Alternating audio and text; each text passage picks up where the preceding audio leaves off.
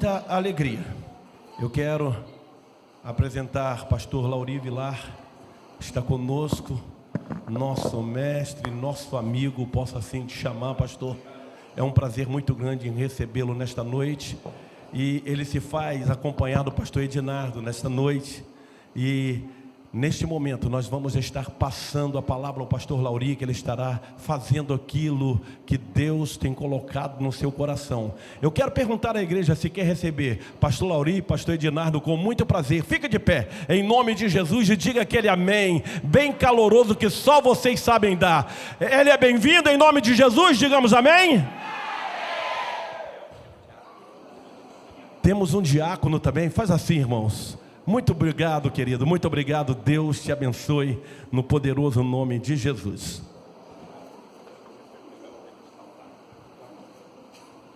A paz do Senhor para a igreja. Vamos abrir as Bíblias no livro de Gênesis, capítulo de número 2, para a meditação da igreja. Com muita alegria me encontro aqui nessa noite. Louvo a Deus por rever amigos. Deus abençoe o pastor. Obrigado a forma carinhosa que foi apresentado aqui nessa noite.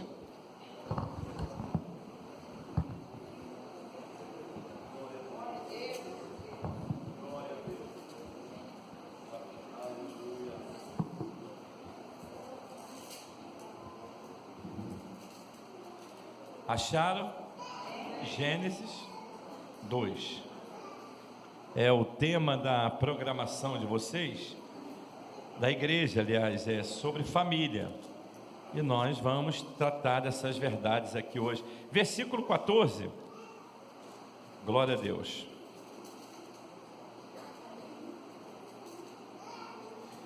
Versículo 18, desculpe, tá? Disse mais o Senhor Deus: não é bom que o homem esteja só. Far-lhe-ei uma auxiliadora que ele seja idônea. Podem tomar assento em nome de Jesus. Muito obrigado.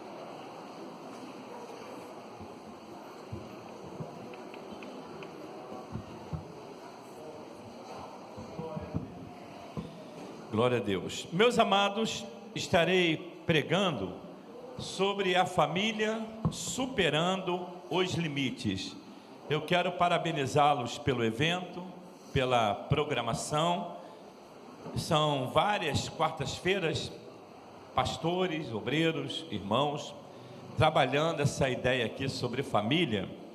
E nunca foi tão importante falar sobre família no momento atual em que nós estamos atravessando, onde a humanidade tem caminhado a passos largos para o desajuste familiar, principalmente por causa da chamada inversão de valores, onde as pessoas estão trocando tudo.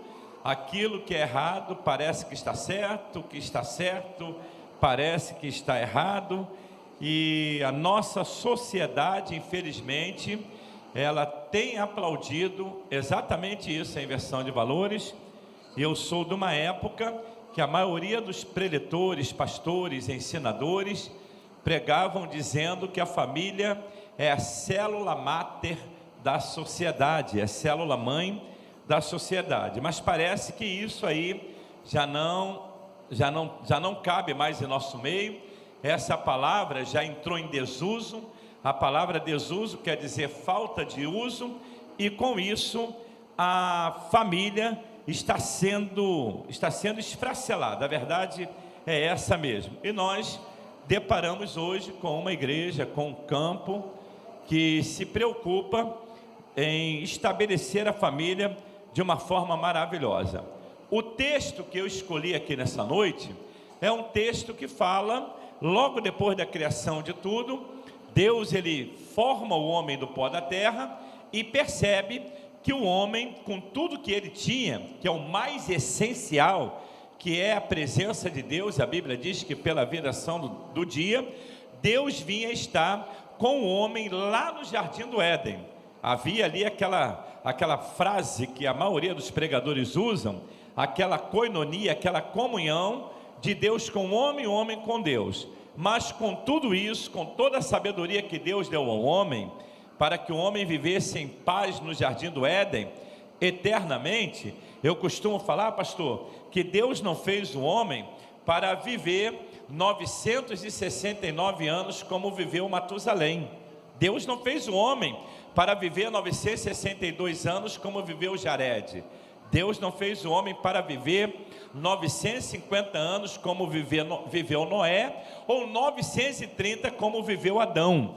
Deus, ele fez o homem para viver eternamente nesta matéria, que todos vocês sabem que hoje, com o passar dos anos, a matéria, ela vai sofrendo a transformação, envelhecimento vem, não tem como fugir, tudo por causa da desobediência do homem. E Salomão, ele escreve isso com muita propriedade, lá em Eclesiastes, no capítulo 12, quando ele fala, antes que os guardas da casa começarem a tremer, na velhice é o mal de Parkinson, antes que os moedores começarem a cessar, são os dentes que começam a cair, antes das cães brancas, os cabelos brancos, um dia vai vir sobre o senhor também, os cabelos brancos começam a aparecer, antes que o homem comece a se encurvar, antes que o sol comece a escurecer, usa óculos, um monte de pessoas aí já usando óculos, não usava antes, agora usa por causa da velhice. Aí Salomão define a história do homem, no capítulo 12 de Eclesiastes, no mesmo texto, versículo 7, dizendo: e o pó volte à terra como era, e o espírito volte a Deus que o deu. Deus não fez o homem para isso. Deus, ele fez o homem para viver eternamente. Mas por causa da desobediência, entrou o pecado, e o homem passou a viver 900 e poucos anos. Gênesis capítulo 6, versículo 3, ele passa a viver 120 anos, que alguém inventou, que foi o período que Noé pregou. 120 anos não é, ali a história é a redução da idade humana. Pode ver, Deus fala assim: os seus dias serão 120 anos. Aquele que vivia eternamente passou a viver 900 e pouco, agora cai para 120. Moisés, quando escreve o Salmo 90, ele diminui mais um pouco, dizendo que alguns, por causa da sua robustez, chegam a 70 ou 80, mas na realidade já é enfado e canseira. A Bíblia fala sobre isso. Então, Deus, ele fez um homem lá no Éden. Deus deu sabedoria ao homem, deu a comunhão dele com o homem, mandou o homem dominar tudo, répteis, quadrúpedes, bestas, feras. O homem tinha o domínio de tudo, o homem liderava tudo, mas o homem se sentiu só. Aí Deus fala para o homem: far-lhe-ei uma disjuntora, uma auxiliadora, para que esteja como diante de ti todos os dias da tua vida. Então, a história do homem, a história da humanidade está aí. A minha mensagem, ela é bem simples, tem uma introdução, tem 2 tópicos apenas. Não sei se vai dar tempo, o pastor até me deu uma liberdade aqui tremenda, mas provavelmente não vou chegar no segundo tópico, porque o meu tópico está dividido em 3 subtópicos. Mas vamos para a introdução. Agora todos prestando atenção aqui, vamos lá? Fale comigo a frase da introdução bem alto. Fale junto comigo a frase: dando a devida honra. Fale comigo, todos juntos. A introdução, eu digo dando a devida honra. Olha o que eu digo aqui: tenho o prazer de ministrar nesse breve estudo o dever do homem, do obreiro, viver bem em família, superando os constantes limites. Como? Primeiro, o matrimônio sempre foi o alvo de Deus para o homem, e muitos são os questionamentos nesta área da vida. Segundo lugar, o matrimônio tem a ver com Deus, com a palavra por ele ensinada, e que o Espírito de Deus nos fale poderosamente. Esta é a minha introdução para vocês nessa noite.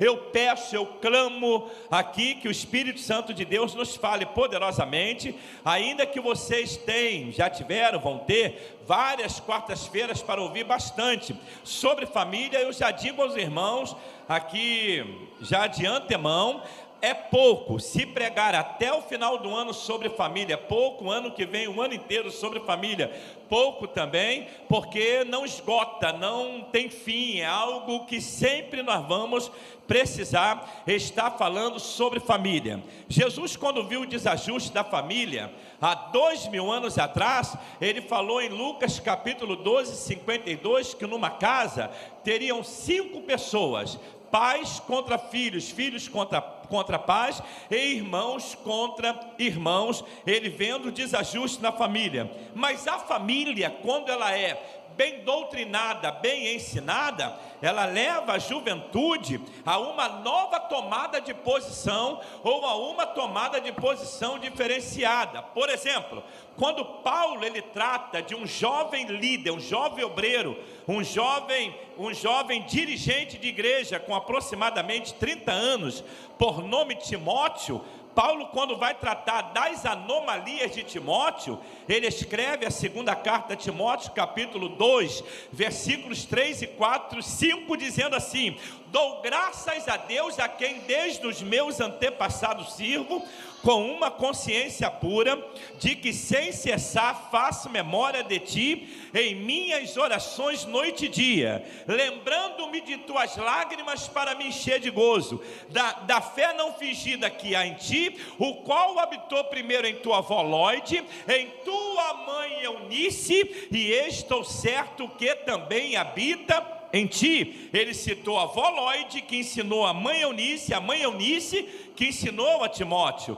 E lá no capítulo 3 da segunda carta a Timóteo, versículo 15, ele fala assim para Timóteo: tu conhece as sagradas letras desde a tua meninice. Por quê, pastor? Porque a criança hebreia, ela aprendia dentro de casa com os pais. Como servir a Deus aprendia através da Torá, pastor. Até os 13 anos de idade aprendia dentro de casa.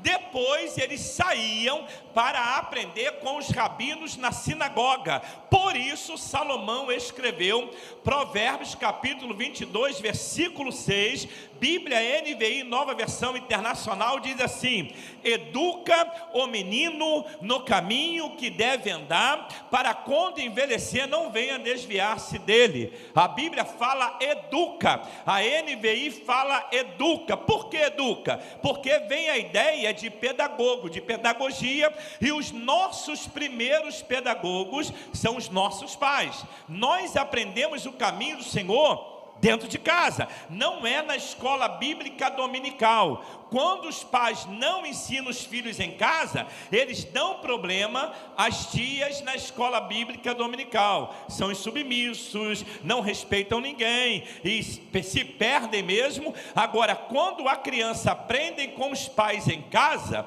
eles vão para a escola bíblica dominical, a facilidade é melhor de ensiná-los a palavra de Deus. Então, e ali vai formando o caráter da criança. Fale comigo, caráter. A palavra caráter quer dizer o nosso verdadeiro eu. E o caráter, ele é elaborado, ele é ensinado. Nós passamos a ter aquele bom caráter que todo mundo fala. Ele é burilado pela disciplina e educação recebida na infância, de papai e mamãe, daqueles que nos criam. Ali é burilado o caráter. Depois o caráter, quando nós aceitamos a Cristo como Salvador, ele é burilado na igreja. Nós aprendemos na igreja, aprendemos a se comportar, a ser homens e mulheres de Deus, espiritualmente falando, uma família abençoada, porque aprendemos com a Bíblia. Por isso que eu achei por bem ler esse texto para vocês, quando Deus falou que não é bom que um homem esteja só. Aí eu começo a minha mensagem, a família superando os limites, dizendo: dando a devida honra. Se nós não honrarmos o pastor, a liderança, culto de doutrina, escola bíblica dominical, simpósios, palestras, ensinamento, um culto como esse voltado para a família, nós estamos andando na contramão. Nós estamos dizendo que a minha família não precisa aprender mais nada porque já sabe tudo, e não é assim. A família sempre vai estar aprendendo. O meu primeiro tópico, ele é dividido em 3 subtópicos, e os 3 subtópicos eu queria que vocês falassem comigo. Olha o primeiro, fale comigo bem alto. O matrimônio é uma sábia escolha. Falem. Fale comigo, matrimônio é a melhor opção. Fale comigo, matrimônio é uma grande decisão.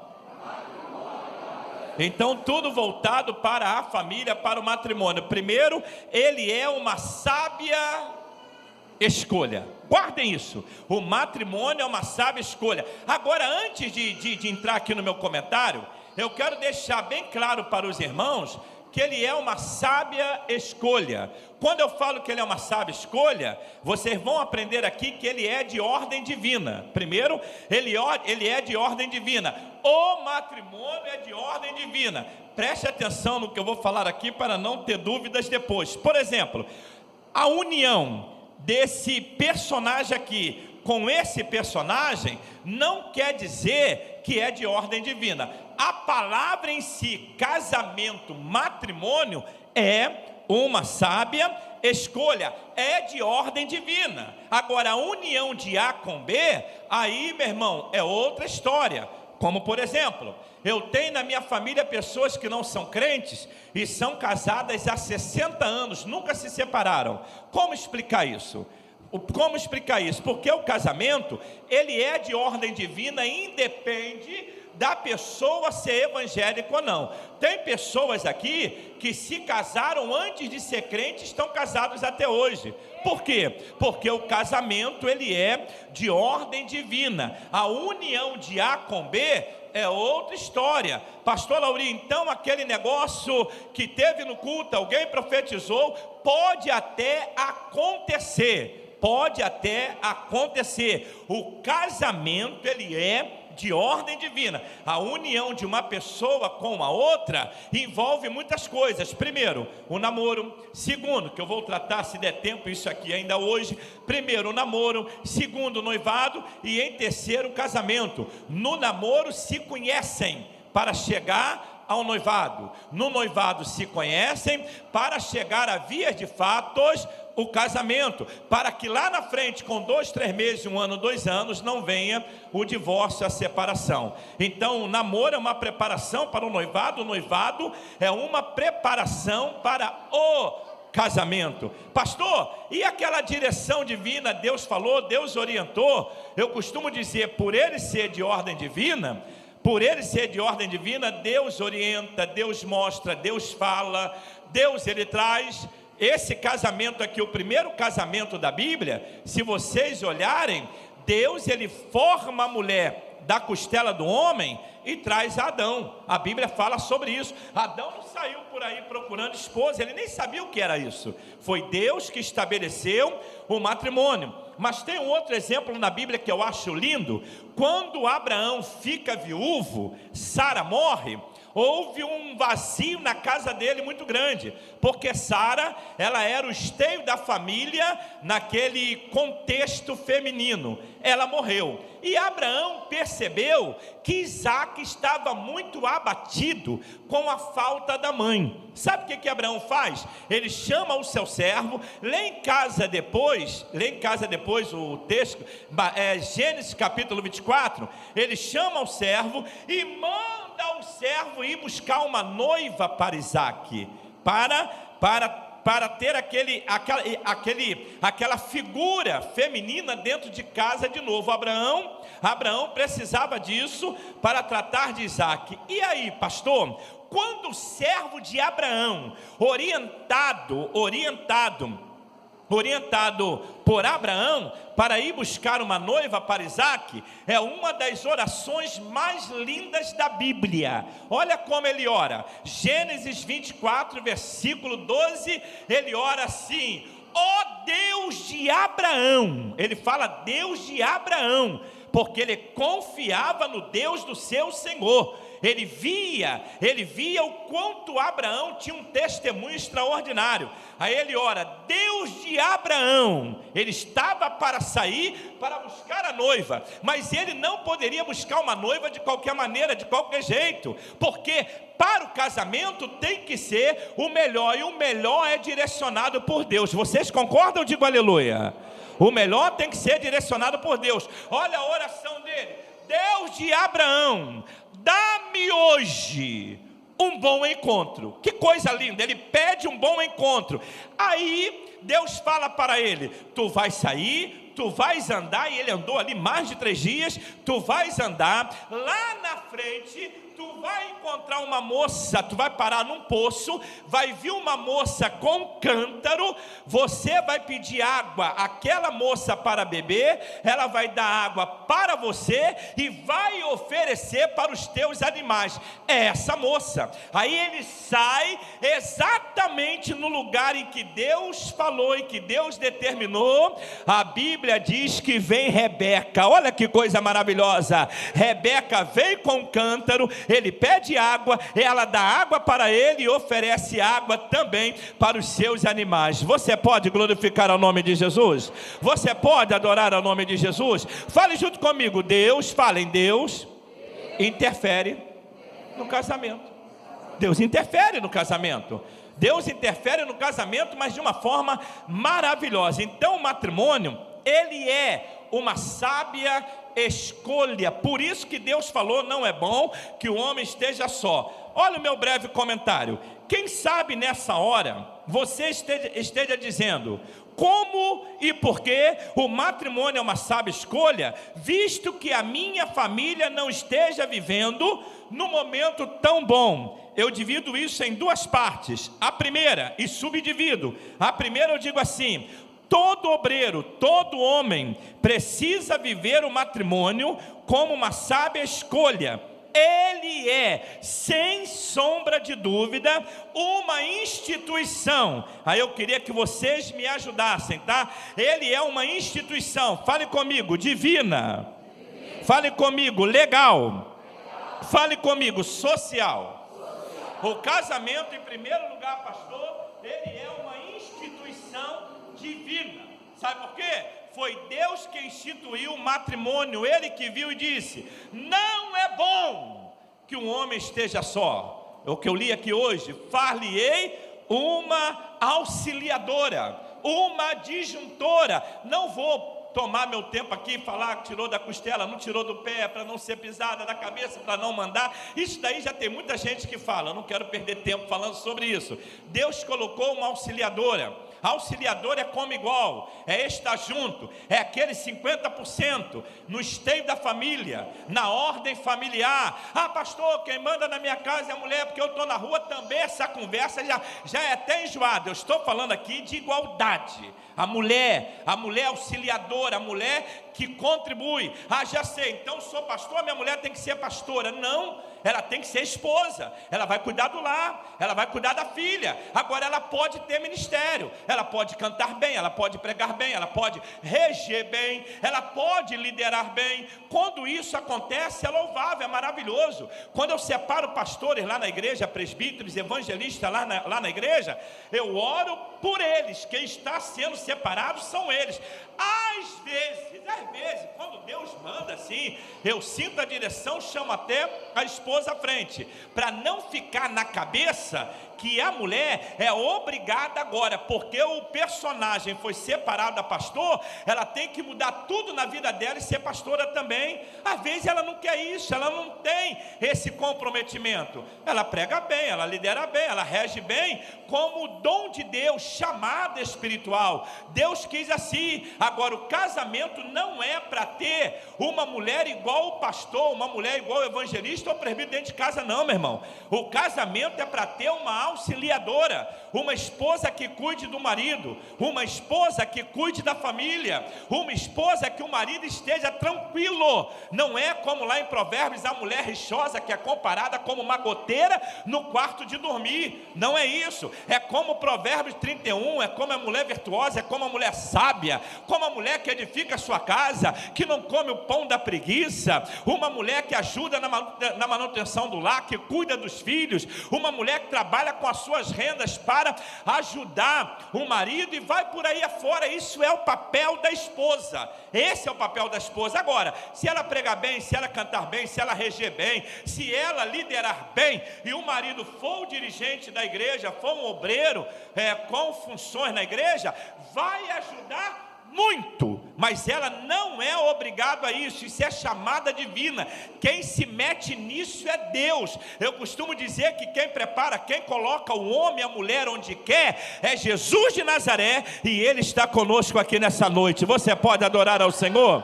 Glória ao nome de Jesus. Então, esteja vivendo num momento tão bom. A primeira ideia: todo homem precisa ver o matrimônio como uma sábia escolha. Ele, sem sombra de dúvida, é uma instituição divina. Foi Deus quem estabeleceu o matrimônio. Segundo lugar, ele é uma instituição legal. Primeiro é divina, segundo é legal. Como é legal, pastor? Porque ele é protegido por lei. A Bíblia diz lá em Romanos capítulo 7, versículo 2, o casamento é protegido por lei, e na nossa Constituição também, o casamento é protegido por lei. Como é isso?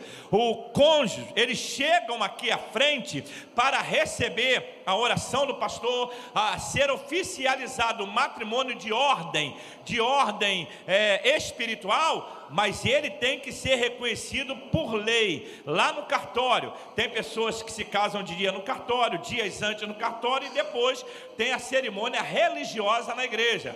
Mas o casamento só é reconhecido hoje pela lei, quando é feito lá no cartório, aí depois é feito na igreja. Algumas igrejas, não sei aqui, mas algumas igrejas já faz tudo junto. Os pastores têm essa liberdade de fazer tudo junto na mesma noite, onde vem as testemunhas, que o povo evangélico chama de padrinho e madrinha. Isso é palavra pagã, isso é lá do mundo pagão. Na nossa igreja, na igreja evangélica, o nome é testemunha, mas nós acostumamos, né? Vai ser minha madrinha, vai ser meu padrinho, vai ser minha madrinha, vai ser meu padrinho. Isso daí é uma linguagem pagã adotada pelos evangélicos, mas a palavra normal é testemunha. Testemunha no cartório, 2 testemunhas. Aqui na igreja nós colocamos 5, 6, tem pessoas que colocam 12, tem pessoas que colocam quase a igreja toda, porque melhora bem o presente, né? Todo mundo é padrinho, madrinha ou testemunha, aí ajuda bastante. Então, o casamento, primeiro, ele é de ordem divina. Segundo lugar, ele é de ordem legal. Agora, uma coisa que mexe comigo, é pena que não dá para dissecar isso aqui para vocês hoje. O casamento, o matrimônio, ele é de ordem social, além de divino. Legal é o social. E onde está isso na Bíblia, pastor? Lá no livro de Ruth, capítulo 4, o casamento de Boaz e Ruth. Aquilo ali foi de ordem social, era uma cultura hebraica, dentro da lei, mas numa cultura hebraica. Tu pode ver o parente remidor, a espiga, tudo que Noemi orienta a sua nora, ela faz e dá certinho. E esse casamento, pastor, só de ordem social? Não, ele é legal, ele é divino, ele é legal. Mas o social é tão extraordinário que o casamento de uma moabita com um judeu, a moabita, olhem bem, a moabita entrou para a história do povo hebreu na genealogia de Jesus. Primeiro, a genealogia judaica. Não sei quantos gostam de ler genealogias aqui. Fulano gerou fulano, que foi gerando até Cristo. É linda. A genealogia judaica, que começa em Abraão. Olha aqui, começa em Abraão, termina em Cristo. É de Mateus, porque o evangelho de Mateus é escrito aos judeus. Mas tem a genealogia divina. Começa em Cristo, Deus Filho, passa por Abraão, passa por Adão e termina em Deus. As duas genealogias são maravilhosas, tá? Uma é judaica, a outra é divina. Nas duas aparece Ruth. Ruth é moabita, ela não é hebreia, mas ela falou para sua sogra: a partir de agora, este está contigo, o teu povo será o meu povo, aonde você pousares, pousarei eu, e o teu Deus será o meu Deus. Você pode adorar ao nome de Jesus? Levante a tua mão, diga glória ao nome de Jesus nessa noite. O casamento é de ordem divina, legal, ou Ramana Kandarabachéria, e de ordem social. Aí é por isso que você convida as pessoas, né, os convidados. Logo depois tem aquele comes e bebes, aquele negócio todo. Isso não começou agora. Ruth capítulo 4, aí tem o lado social do matrimônio. As testemunhas que assinam a ata, ou documento, o livro, e as testemunhas no plenário. E é uma coisa linda. No dia do casamento, pastor, a coisa mais linda que eu acho, quando eu estou realizando o casamento, depois de tudo oficializado, tudo resolvido, que os noivos saem, aí no meio do salão eu chamo fulana e fulano, quando eles olham, e olhar por dentro, tá? Um para lá, outro para cá, não, os dois olham assim, bem sincronizado, por dentro para o altar. Eu digo daqui do altar: eu, Lauri Franco Vilas Boas, ministro do Evangelho, mas eu falo isso com a boca cheia, ministro do Evangelho, vos declaro casados, marido e mulher, até que a morte os separe. Você pode glorificar o nome do Senhor? Você pode adorar o nome de Jesus aqui? Social, que entra espiritual, que entra a vontade divina. Aí eles saem, vão receber os cumprimentos no salão da igreja, no salão de festa, onde for determinado, mas o casamento é ordem divina. Segundo, ordem legal. Terceiro, ordem social. Eu estou falando do matrimônio como uma sábia escolha. Segundo lugar, primeiro tratei lá, todo homem precisa ver o matrimônio como uma sábia escolha. Ele é, sem sombra divina, uma instituição legal, divina, legal e social. Segundo lugar, olha o que eu digo: o matrimônio foi instituído por Deus. Isso aqui é, como diz a turma do Facebook, é forte. Foi instituído por Deus antes da entrada do pecado no mundo. O homem precisa saber que o Senhor procurou preservar com todo amor a família. Por que eu coloquei isso aqui? O casamento, ele não nasceu falido, ele não nasceu destruído, pastor. O casamento, ele aconteceu antes da entrada do pecado no mundo. Sabe por quê? Antes de ser crente, as pessoas achavam até que casar era pecado, e não é. Foi antes do pecado. Aqui Gênesis 2:18, não é bom que o homem esteja só, far-lhe-ei uma auxiliadora para que esteja com ele, sempre. Legal. Capítulo 3 é que o homem pecou. Gênesis 3:6 diz assim: vendo a mulher que a árvore era boa, desejava os olhos, tomou do seu fruto e comeu. Aí entrou a desobediência. O casamento é antes da desobediência. A pureza do casamento está acima do pecado. A pureza do matrimônio está acima do pecado. Antes da raça humana conhecer o pecado, Deus já tinha instituído o casamento. Antes de ser contaminada pelo vírus do pecado, Deus já tinha estabelecido o casamento. E olha o que eu digo: preservar com todo amor a família. Fale comigo bem alto. Eu dividi também em 3 partes. Aqui eu vou tomar um tempinho. A primeira, fale comigo: Deus preservou a família. Fale comigo: na arca entrou Noé e a sua família. Falem todos juntos: na arca Olha Deus preservando a família. Fale comigo. Na cidade de Sodoma e Gomorra escapou Ló e a família. Falem.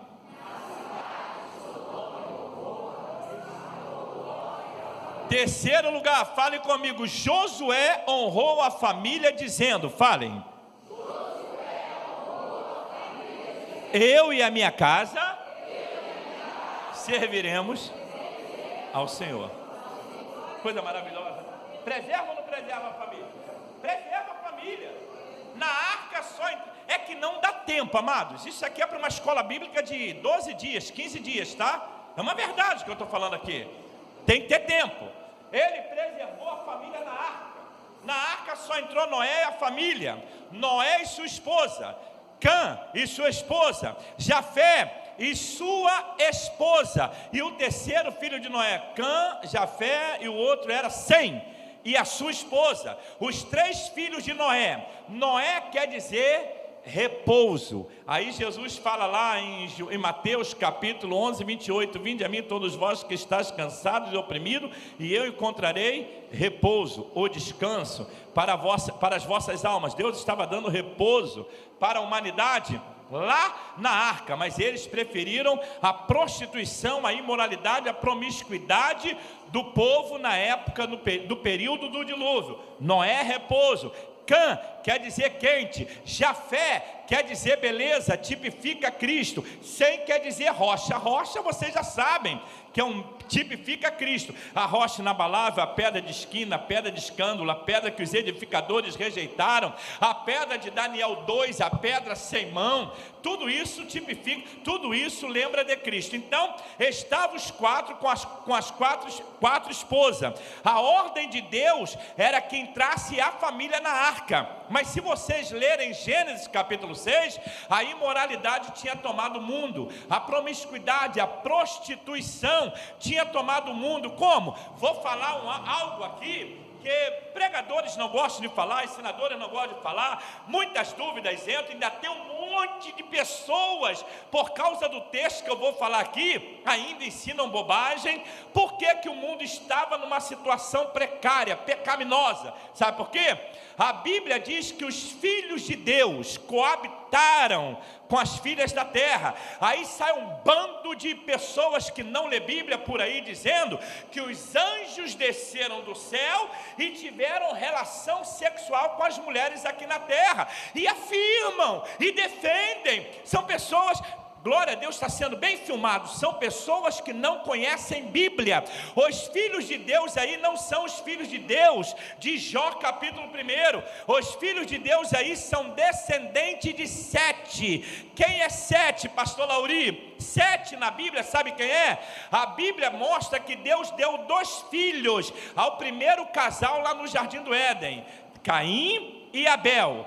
Abel foi morto por Caim, e aquela geração temente a Deus espiritual pereceu, porque o pai da criação não deu tempo de fazer, o pai dessa espiritualidade não deu tempo de fazer muita coisa. Sabe o que Deus fez?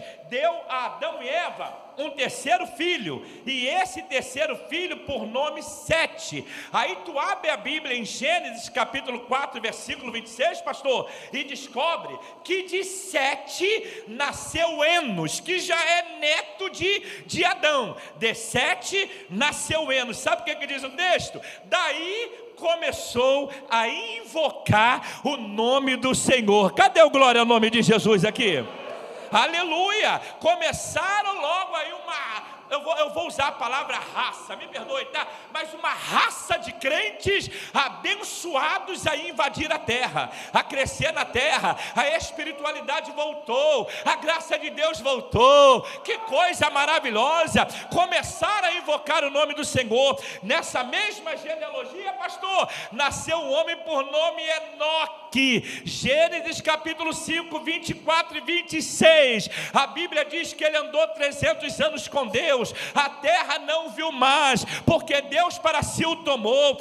Pastor Lauri, a família me atrapalha de ser mais espiritual, é mesmo? A Bíblia diz que Enoque gerou filhos e filhas, e andou 300 anos com Deus. Tinha uma família abençoada que não atrapalhava Enoque ia ter comunhão com Deus. A terra não viu mais, Deus para si o tomou. Ali era uma coisa assim insignificante, né? Não, porque Gênesis fala pouco dele, não é. Quando tu abre a Bíblia em Hebreus capítulo 11, a Bíblia diz que ele alcançou testemunho. Olha que coisa linda, ele alcançou testemunho e foi transladado para não ver a morte. Você pode adorar ao nome do Senhor? Você pode bendizer ao nome do Senhor?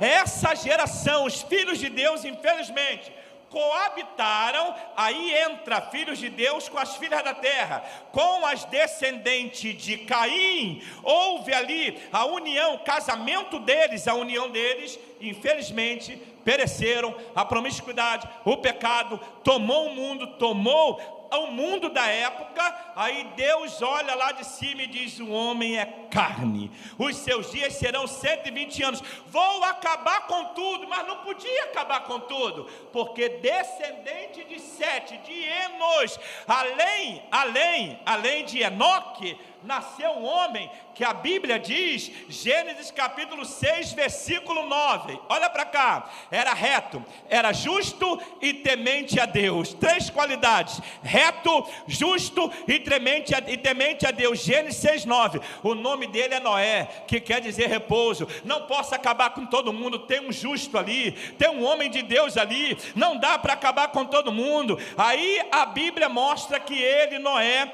passa a fazer a arca para dar salvação para a humanidade da época. E ele prega no período de 100 anos, tira da cabeça 120, não dá, matemática não dá. Por quê? Gênesis 5, 32, a primeira vez que aparece Noé na Bíblia, ele aparece com 500 anos. Gênesis 5, 32, com 500 anos. Quando o dilúvio vem, Gênesis capítulo 7, versículos 11 e diante, que o dilúvio vem na terra, ele tem 600 anos, no ano 600 da vida de Noé.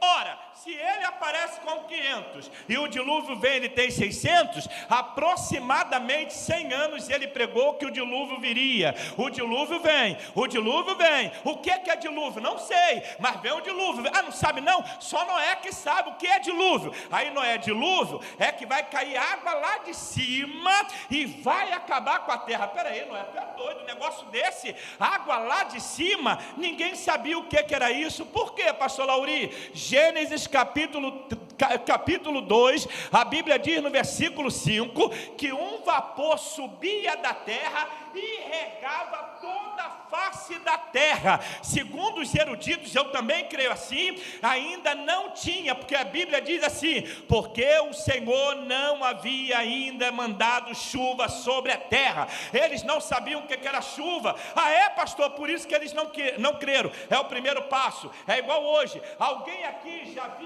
alguém ser arrebatado, ser tomado, ir embora? Por que o mundo não acredita? Porque nunca viram ninguém ser arrebatado. Nós acreditamos. Por quê? 1 Tessalonicenses capítulo 4, 13 em diante, Paulo diz assim: irmãos, não sejais ignorantes acerca dos que já dormem, porque o mesmo Senhor descerá do céu com alarido, com voz de arcanjo, com a trombeta de Deus. Os que morreram em Cristo ressuscitarão primeiro, depois nós, os que ficarmos vivos, não precederemos os que dormem, mas seremos todos arrebatados. Quantos creem no arrebatamento da igreja? Nós cremos, mas o mundo não crê.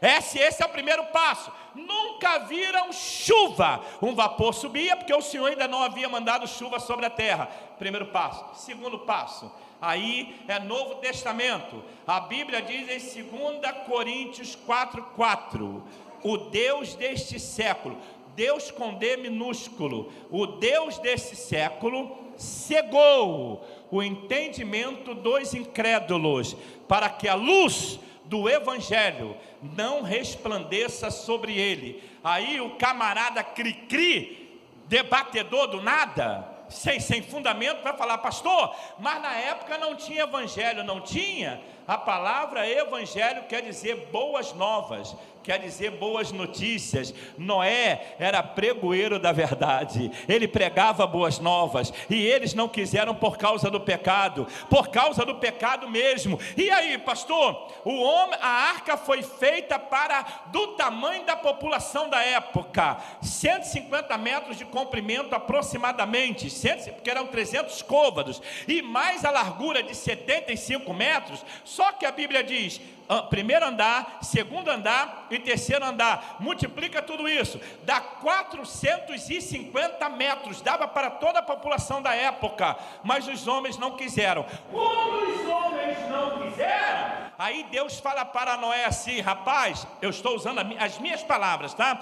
Você não fez essa arca em vão, não. Lauri não quer, fulano não quer, o outro não quer, não tem problema, os animais virão a ti. E pode olhar no texto: vinha macho e fêmea conforme a sua espécie. Por que os homens não quiseram entrar na arca? Porque eles queriam entrar na arca, sabe como? Um homem, duas mulheres, uma mulher com dois homens, uma confusão tremenda, e na arca não entra. Hoje a arca simboliza Cristo, Ele está conosco aqui nessa noite. Você pode adorar ao nome de Jesus.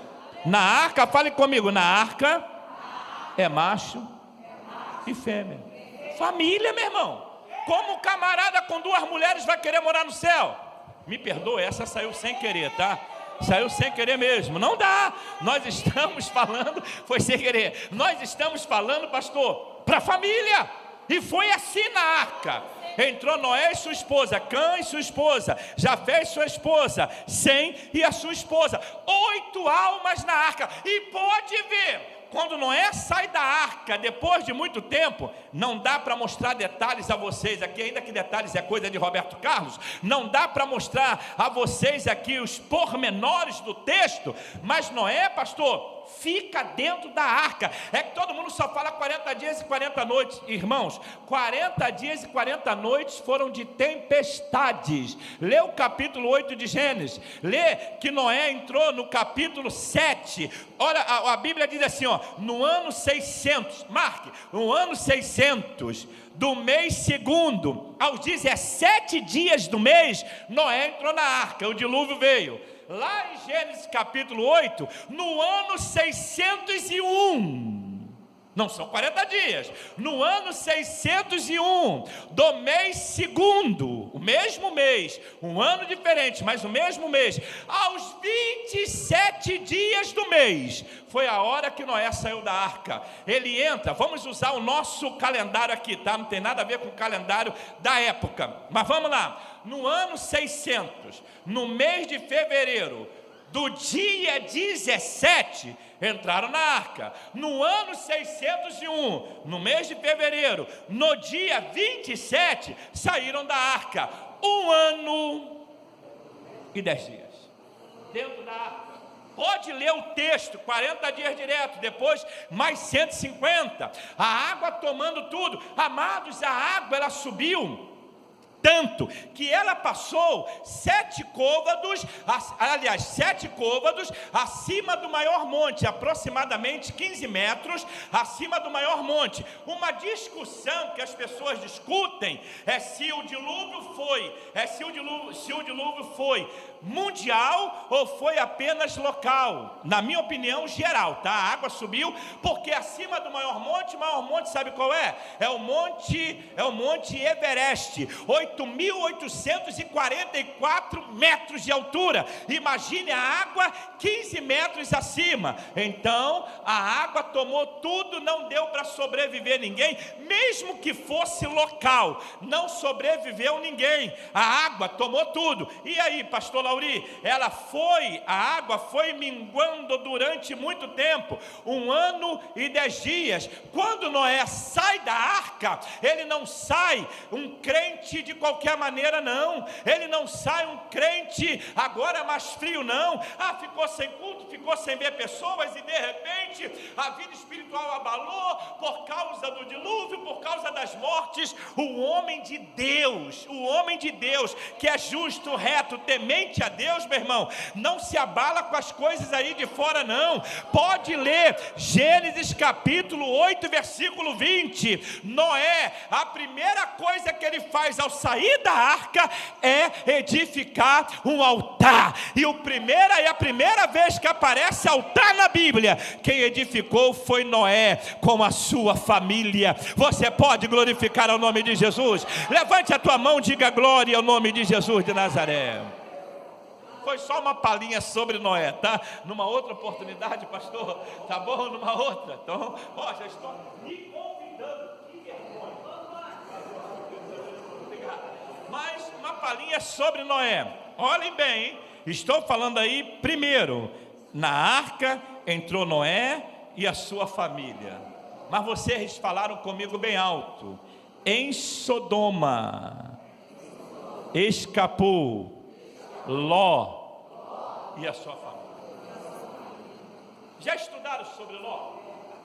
Eu escuto tanta bobagem sobre Ló que dá vontade de ir embora do culto. Meu Deus do céu. Porque Ló era ganancioso, Ló não sei o que, não sei o que, não sei o que. Não vou fazer uma apologia de Ló aqui não, tá? Não é um júri onde o camarada faz a defesa de Ló, não. Vou defender a Bíblia, a causa. Eu faria igual Ló. Todos vocês que estão aqui fariam igual Ló. Quem é mais certo, Ló e Abraão? Os dois.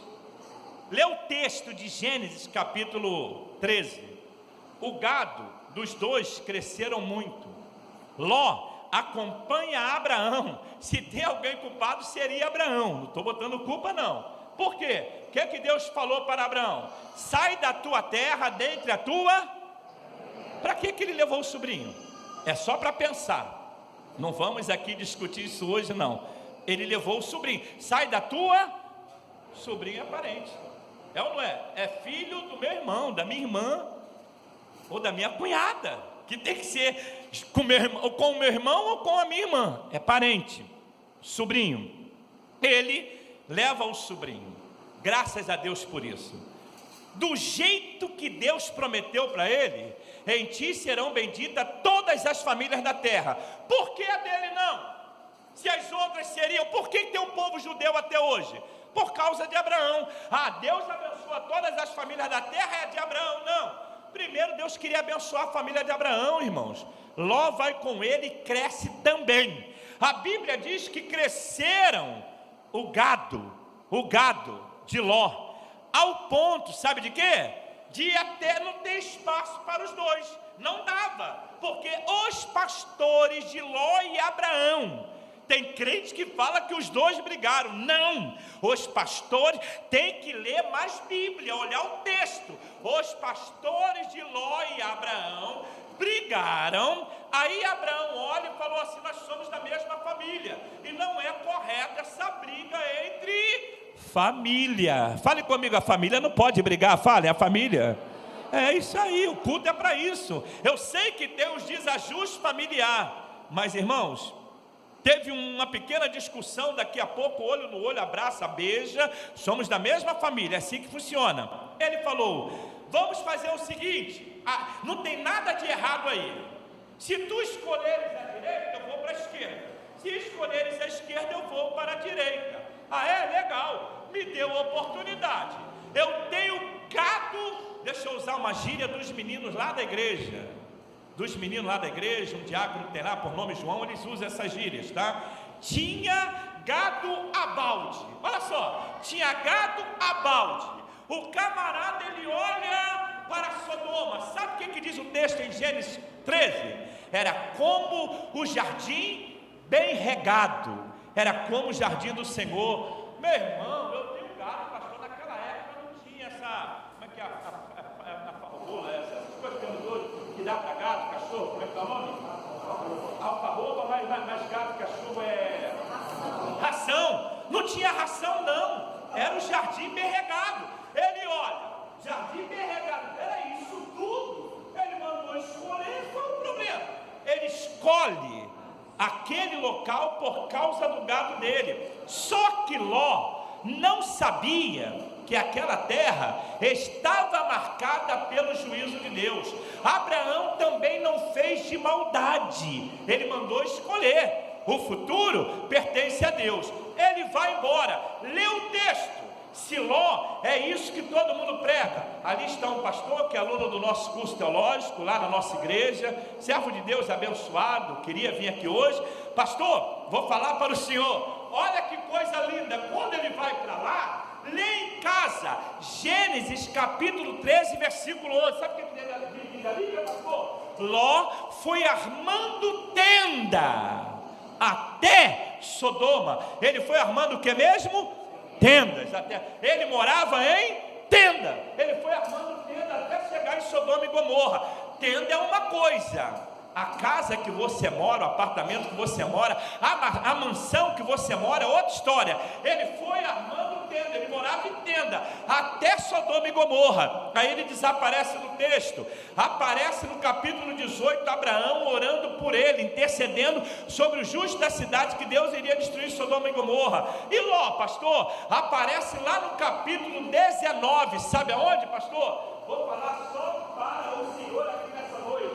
Ló aparece no capítulo 19, primeiro, na porta da cidade de Sodoma e Gomorra. O que tem isso, pastor Lauri? Eu vou ficar na porta da cidade de Caxias, aqui de Xerém. Vou ficar na porta da cidade do Rio de Janeiro. Não, a nossa cultura não manda isso. Quem ficava à porta da cidade na época era o juiz da cidade, um homem que cresce igual cresceu Abraão, vai armando tenda. Quando ele chega na cidade, agora ele é juiz da cidade. Eu posso falar mal de um homem desse? Um homem que cresce, um homem que prospera, um homem com uma visão extraordinária. Ele olhou o campo para o gado dele. Agora ele é juiz da cidade. Ele não sabia que a cidade estava marcada pelo pecado. Ele aparece na porta da cidade. Tem outra coisa, hein? Com um comportamento invejável. Quando os dois anjos chegam na cidade, ele pega os dois anjos, porque a cultura mandava cuidar bem do visitante. É igual na igreja. Eu falei o que aqui na minha introdução? Agradeço pela forma carinhosa que eu fui apresentado aqui nessa noite. E o pastor fez isso, os irmãos fizeram. O irmão veio, pediu, estava ali, pediu para vir para o altar, essa coisa toda. Aí depois a apresentação normal de um juiz da cidade. Ele pega os dois visitantes e leva para a casa dele. Provavelmente é uma casa enorme. Só que primeiro ele age como juiz da cidade. Juiz da cidade recebe os visitantes. Terceiro lugar, ele leva os visitantes para a casa dele. Ele foi armando tenda, mas agora não mora mais em tenda. Agora ele tem uma casa, ele prospera na cidade. A cidade estava contaminada pelo juízo de Deus, mas a família não. A família de Ló não. Por quê? Deus fala para Abraão: vou destruir a cidade de Sodoma e Gomorra. Aí Abraão se lembra do sobrinho e diz assim: matarás o justo com o ímpio? Aí Deus fala: por amor dos justos, eu vou poupar a cidade. Abraão começa numa oração decrescente. Se tiver 50, Deus fala: eu poupo. Se tiver 45, eu vou poupar a cidade. Se tiver 40, eu vou poupar a cidade. Abraão chegou a ser chato. Se tiveres 30, talvez não tenha 30, eu poupo a cidade. E aí, se não tiver 30, peraí, e se tiver 20, eu vou poupar a cidade. Abraão, mais uma vez, se tiveres 10, aí Deus fala para ele: eu vou poupar a cidade. Tem uma coisa linda que serve para a família: enquanto tem alguém intercedendo, Deus está mandando o anjo lá para trazer o livramento. Você pode adorar ao nome de Jesus? Levante as tuas mãos e adore ao nome de Jesus nessa noite. Glória a Deus. A oração era o justo da cidade. Vou dar uma palhinha a vocês. Pedro entra nessa conversa. Sabe o que Pedro fala sobre isso? Pedro, lá na carta dele, na segunda carta, capítulo 2, 13 e 14, ele diz assim: que o justo Ló, olha, eu fico pasmo quando eu vejo as pessoas batendo em Ló. Abraão ora pelo justo sobrinho. Aí vem Pedro no Novo Testamento e diz assim: o justo Ló se enfadava da vida dissoluta dos moradores de Sodoma e Gomorra. A palavra dissoluto é igual lá, aquele menino lá da parábola dos dois filhos. Um passou a viver dissolutamente. Sabe o que é dissolutamente? Corrupto, devasso, desfeito em nada. A vida dos moradores de Sodoma e Gomorra, corrupta, devassa, dissoluta, desfeita em nada, enfadava. Aí Pedro fala pela segunda vez: o justo Ló. Olha que coisa linda, chamando Ló de justo. O anjo vai até ele, livra Ló e fala para Ló uma das palavras mais célebres de Gênesis capítulo 19 é essa, versículo 17: escapa-te por tua vida e não olhe para trás de ti. Hoje não é sensacionalismo. Deus está trazendo livramento para a tua família. Glória a Deus. Eu só não vou fazer igual os pregadores da moda que existem por aí, tá? Vou repetir de novo, porque talvez tu não entendeu. Essa coisa mais ridícula que se vê em cima de púlpito. Vou falar mais uma vez. Todo mundo é burro, só ele é inteligente. Vou falar de novo, tu não entendeu. Vou falar mais uma vez, talvez você não compreendeu. Conversa. Todos aqui compreenderam. Eu vou repetir porque quero. Hoje Deus está dando livramento à tua família. Glória ao nome de Jesus. Você crê nessa verdade? Diga glória ao nome de Jesus.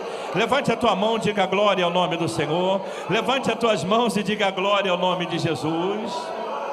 O matrimônio é uma sábia escolha. A segunda proposta: preservar a família. Na arca, Noé, a família. Em Sodoma e Gomorra, Ló e a sua família. E aí, pastor? Por último lugar, e eu vou parar por aqui, no primeiro, faltam mais dois, sabe que não vai dar tempo, estou no primeiro. Segundo lugar, Josué. Olha que coisa linda. Josué honrou a Deus dizendo, esse versículo, pastor, é um dos versículos também mais bonitos.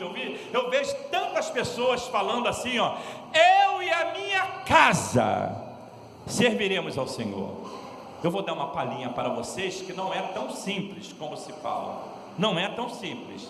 Por quê, pastor? Porque as coisas de Deus, ela é de forma sobrenatural. Claro, Jesus falou ser simples como a pomba, mas a forma como as pessoas apresentam, parece que qualquer um pode falar a mesma coisa. Pode, quando está no altar de Deus, quando está na vontade de Deus. Por exemplo, sabe quantos anos tinha Josué aqui? 110 anos. Pode ver que logo depois ele morre. 110 anos. Ser crente, abençoado, preservar a família por um ano já é muito difícil. Quantas famílias aí esfraceladas? 2 anos, 5 anos, 10 anos, meu Deus do céu, 20 anos. Quantos pais que não têm mais o controle dos filhos? Quantos filhos que estão batendo no rosto, que alguém fala, na cara dos avós, não tem respeito, batem no rosto da mãe e do pai. Para menino, não, menino dá mesmo, aí é que ele dá. A criancinha pequenininha fazendo isso, eu fico irado quando eu vejo esses negócios, ainda mais dentro da igreja. Josué tinha 110 anos, não são blá blá blás, não é historinha de carochinha não, essa expressão, eu e a minha casa serviremos ao Senhor, o nome disso é liderança, pulso firme, autoridade mesmo, autoridade. Um velhão de 110 anos, olhar assim, acho que a família dele era esse número aqui ou mais, bem mais do que esse número aqui, ele responde, eu e a minha casa serviremos ao Senhor. Ele estaria falando por todos. Quer ver? Vou fazer uma matemática simples. Os hebreus casam cedo E ele, quanto mais filhos, melhor. Na época de Josué, meu Deus do céu, 10, 12, 15, 16 e 9. Quanto mais filho, melhor naquela época. Fazer uma matemática fácil. Ele viveu 110, eu vou parar em 100. Com 25, ele era pai. Com 50, ele era avô, porque o filho também, eu estou botando 25, não estou nem botando com 18, 19. 25 ele era pai. Com 50 ele era avô. 75 ele era bisavô. Com 100 anos ele era tataravô. Agora vocês imaginem numa família que tem filhos de montão, um monte de filhos mesmo. Imaginem, ainda sobrou aí 10 anos, ele viveu 110, eu só botei 100. 25, 25, 25, 25. Imaginem como era a família de Josué. Era uma família muito grande. Esse é o primeiro passo. Segundo passo, pastor, ele chega para a nação que viu milagres, uma nação que depois se perde de uma forma tão terrível. Depois de Josué, vê o livro de Juízes. O livro de Juízes é um livro problemático. Todo momento que o juiz morria ou ficava velho, ou desviava, o povo voltava a pecar, o povo voltava a dar lugar ao diabo. Durante 490 anos, 500 anos, foi uma catástrofe para a nação. Mas até Josué, o negócio estava dentro da forma, estava bem formado. E Josué vira-se para a nação, encerrando o ministério dele.